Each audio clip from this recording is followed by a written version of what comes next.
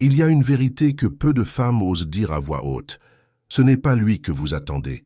C'est la blessure qu'il réveille en vous que vous essayez de réparer. Vous dites que vous l'aimez, que vous ne comprenez pas pourquoi il reste dans votre tête, même après tant de silence, de déception, de nuits froides. Vous croyez que c'est de l'amour, parce que ça fait mal, parce que c'est intense, parce que ça vous consume. Mais ce n'est pas de l'amour, c'est une mémoire. Jung disait que l'amour vrai élève, qu'il construit, qu'il répare, mais celui que vous vivez vous vide, vous trouble, vous diminue. Il vous donne des frissons, oui, mais ce sont des frissons de manque, ce ne sont pas des ailes, ce sont des chaînes. Et le plus cruel, c'est que vous le savez, pas dans la tête, mais dans le corps, dans cette tension dans le ventre quand il vous écrit, dans cette boule dans la gorge quand il vous ignore, dans cette fatigue que vous appelez émotion, mais qui est une forme de survie affective. Ce que vous ressentez n'est pas une preuve d'amour, c'est la preuve que quelque chose en vous a été blessé, bien avant lui. C'est cette petite fille qui attendait qu'on la voie, qu'on la choisisse, qu'on lui dise enfin « tu es suffisante comme tu es ». Et chaque fois qu'un homme vous fait douter, cet enfant revient. Elle tend les bras vers lui en espérant qu'il comblera ce vide. Mais il ne le fera pas. Pas parce qu'il est cruel, mais parce qu'il n'est pas là pour ça. Il ne vous voit pas. Il ne sait même pas ce que vous portez.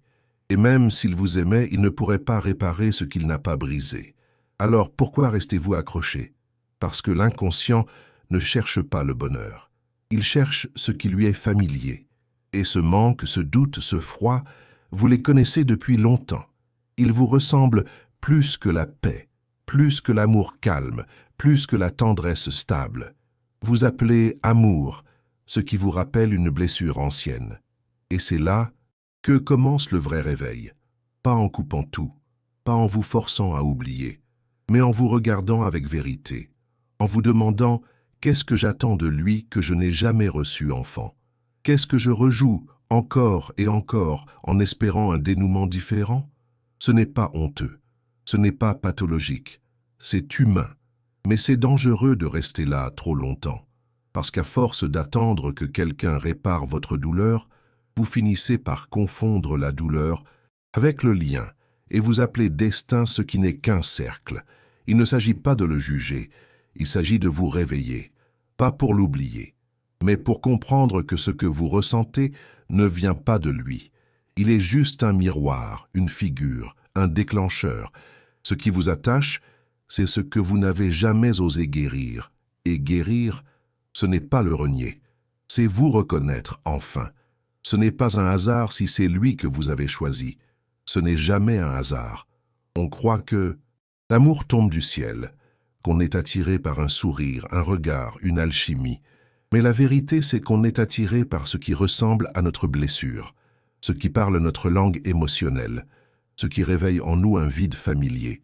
Et parfois, ce vide prend le visage d'un homme. Jung expliquait que notre inconscient choisit nos partenaires pour nous confronter à ce que nous n'avons pas intégré. Il ne cherche pas notre bonheur, il cherche notre intégration. Alors il attire des figures qui réactivent nos failles, non pas pour nous punir, mais pour nous montrer ce qui est encore ouvert. Alors oui, vous êtes tombé sur quelqu'un d'indisponible, ou d'instable, ou d'opaque, et quelque part en vous, ça a résonné comme un appel, pas un appel de joie, un appel de reconnaissance, comme si votre douleur disait enfin « Ah, je connais ce silence ». Ce n'était pas de l'amour, c'était une mémoire affective. Et depuis, vous attendez, vous interprétez, vous vous accrochez, vous le défendez. Vous vous trahissez même parfois. Tout ça pour ressentir ne serait-ce qu'un instant qu'il vous voit, qu'il vous choisit, qu'il vous sauve de cette sensation d'être oublié. Mais il ne peut pas, parce que ce que vous attendez de lui, c'est à vous de vous le donner. Il ne pourra jamais combler un vide qu'il n'a pas creusé. Il ne pourra jamais répondre à une attente qui vient de votre histoire, pas de la sienne. Et plus vous insistez, plus vous saignez. Vous saignez votre énergie, votre lumière, votre confiance, votre paix. Tout ça au nom d'un amour qui n'existe peut-être que dans votre projection, ce n'est pas de la folie, c'est un appel mal orienté. Ce que vous cherchez à travers lui, ce n'est pas lui. C'est la preuve que vous êtes digne. C'est la sensation de valeur. C'est la guérison d'un sentiment ancien, celui de n'avoir jamais été choisi, vu, protégé. Mais si vous devez vous abîmer pour être aimé, ce n'est pas de l'amour, c'est une extension de la blessure. Et aujourd'hui, vous avez le droit de dire stop, pas à lui, à ce que vous rejouez à travers lui. Vous n'avez pas à le haïr, ni à le comprendre. Vous avez juste à vous retrouver, parce qu'il n'est pas votre fin, il est votre signal. Et ce signal, vous ne pouvez plus l'ignorer. Vous ne l'aimez pas vraiment. Et au fond, vous le savez. Vous aimez ce que vous espériez vivre avec lui. Vous aimez l'idée de réparer à travers lui ce que d'autres ont brisé. Vous aimez la version de vous que vous pensiez retrouver à ses côtés. Mais lui, tel qu'il est, avec son absence, ses silences, ses refus, ce n'est pas lui que vous aimez. C'est l'enfant blessé en vous qui s'accroche à l'illusion. Jung disait que tant qu'on n'a pas fait la paix avec ses blessures, on continuera à les appeler destin. On s'y attache, on les romantise, on en fait des histoires à couper le souffle. Mais la vérité, c'est qu'on rejoue le même drame, encore et encore. Et vous méritez mieux qu'un drame. Vous méritez une histoire qui ne vous oblige pas à quémander. Une présence qui ne dépend pas de votre performance. Un amour qui ne vous demande pas de devenir invisible. Mais avant de le vivre, vous devez vous extraire du cycle. Et ce cycle est subtil. Il ne crie pas. Il murmure. Peut-être qu'un jour il changera. Peut-être qu'il reviendra s'il voit que j'ai changé. Peut-être que si je reste douce, calme, compréhensive, il comprendra. Non, ce n'est pas de l'amour, c'est de l'attente. Et l'attente, quand elle dure, trop longtemps vous transforme. Elle fait de vous une version figée, une femme qui vit en pause, qui met tout en veille, juste au cas où ils reviennent. Mais vous, quand est-ce que vous revenez? Pas à lui, à vous. Quand est-ce que vous redevenez celle que vous étiez avant de vous plier, avant de vous perdre, avant de vous faire toute petite pour qu'il vous remarque? Ce n'est pas votre cœur qui vous retient, c'est votre peur. La peur que sans lui, il ne reste rien, que, sans cette histoire, vous deviez tout recommencer. Mais recommencer, ce n'est pas reculer. C'est choisir de ne plus marcher en rond. Et vous êtes prête, même si vous tremblez, même si vous pleurez encore, même si une partie de vous espère qu'il appellera. Vous êtes prête, parce que quelque chose en vous crie enfin « Je vaux plus que ça ». Et cette voix, même faible, même blessée, c'est votre renaissance. C'est étrange comme le corps sait, avant même que vous l'admettiez. Il se contracte quand vous voyez son nom. Il se fige quand vous attendez un message qui ne vient pas. Il se fatigue sans raison apparente, comme s'il criait ce que votre bouche n'ose pas dire. Ça vous tue lentement. Jung disait que ce que l'on ne dit pas, le corps finit par l'exprimer. Et vous le sentez. Chaque pensée pour lui est une tension. Chaque espoir est un vertige. Chaque silence devient un poison que vous avalez en souriant. Et pendant ce temps, votre vie attend. Vos projets s'empoussièrent. Vos rêves se replient. Vos élans s'éteignent. Tout ça pour une personne qui ne vous voit pas. Alors pourquoi rester? Pourquoi persister dans ce lien qui vous réduit, qui vous replie, qui vous efface? Parce qu'au fond, vous ne cherchez pas un homme. Vous cherchez une délivrance. Vous attendez qu'il vienne réparer une chose en vous que personne n'a jamais osé toucher. Cette impression d'être incomplète. Mais ce sentiment, il ne partira pas par la présence d'un autre. Il partira quand vous oserez l'affronter, quand vous arrêterez de le fuir en l'appelant passion, quand vous cesserez de confondre amour et pansement. Vous n'avez pas besoin qu'il revienne, vous avez besoin de revenir à vous.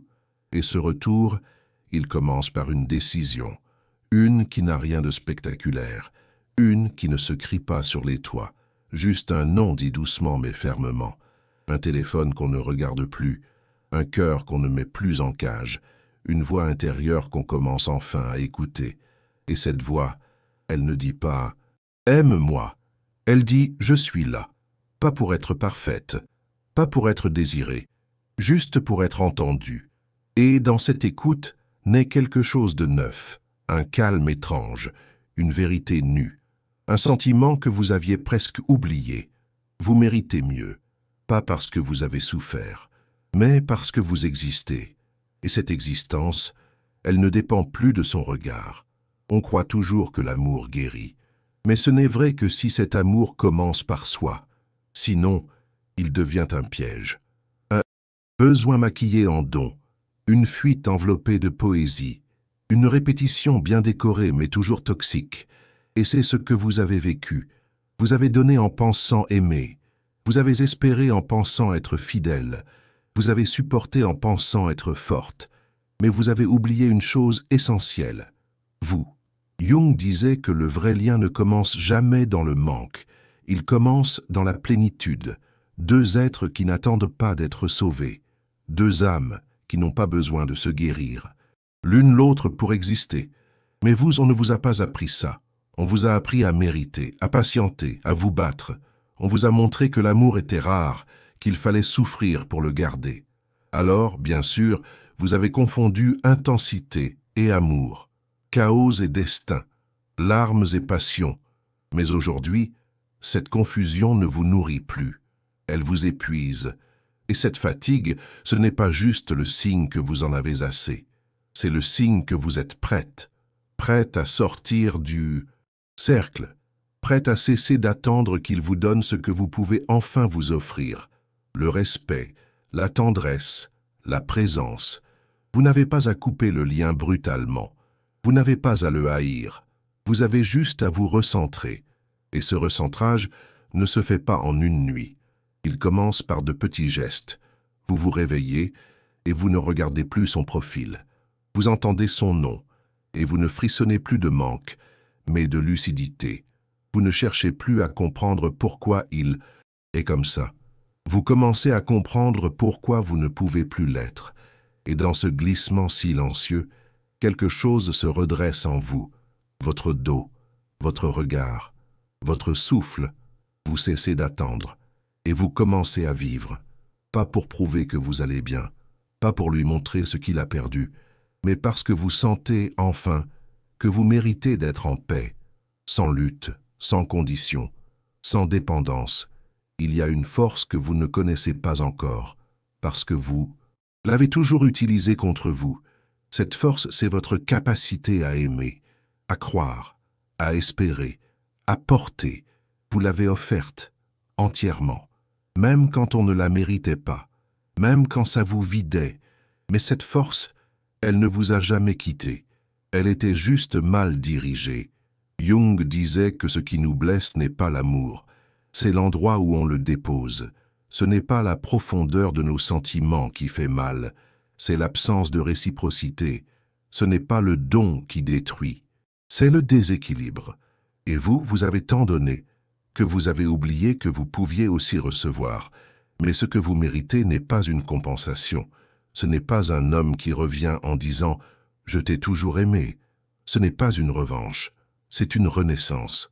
Et elle commence dans la solitude la plus étrange, celle où vous n'attendez plus personne, pas par amertume, mais par plénitude. Vous n'avez plus besoin qu'il comprenne, vous n'avez plus besoin qu'il change. Vous n'avez plus besoin qu'il confirme ce que vous valez, parce que vous avez cessé de lui confier ce pouvoir. Et là, quelque chose bascule. Vous ne marchez plus vers lui, vous marchez vers vous, vers cette femme que vous avez étouffée pour être aimée, vers cette version de vous qui n'a pas peur d'être seule, qui n'a pas honte de vouloir plus, qui ne s'excuse plus de vouloir un amour qui la voit entière. Cette femme, elle ne revient pas, elle renaît, et vous la sentirez dans vos silences, dans votre posture, dans vos noms simples mais fermes, dans votre sourire qui ne demande plus rien. Elle ne cherche pas à briller, elle cherche à rester vraie. Et cette vérité-là, vous la portez depuis toujours. Vous ne la retrouvez pas. Vous cessez juste de la fuir. On ne vous a pas appris à vous choisir. On vous a appris à mériter, à plaire, à patienter, à sourire même quand ça fait mal. On vous a dit que l'amour demandait des efforts, des sacrifices, du temps. Et vous avez cru que plus ça faisait mal, plus c'était réel. Mais la vérité, c'est que ce qui fait mal, ce n'est pas l'amour, c'est l'abandon de soi. Et vous vous êtes abandonné 1000 fois, quand vous avez attendu qu'il appelle, quand vous avez accepté des demi-vérités, quand vous avez supplié intérieurement pour une attention, quand vous avez fait semblant que ça ne vous touchait pas, quand vous avez donné encore et encore alors que vous étiez vide. Mais chaque abandon laisse une trace, et ces traces, vous les portez, pas comme des cicatrices visibles, mais comme des silences, comme une fatigue dans le regard, comme un désintérêt pour votre propre beauté, comme une dévotion à quelqu'un qui ne vous voit même pas.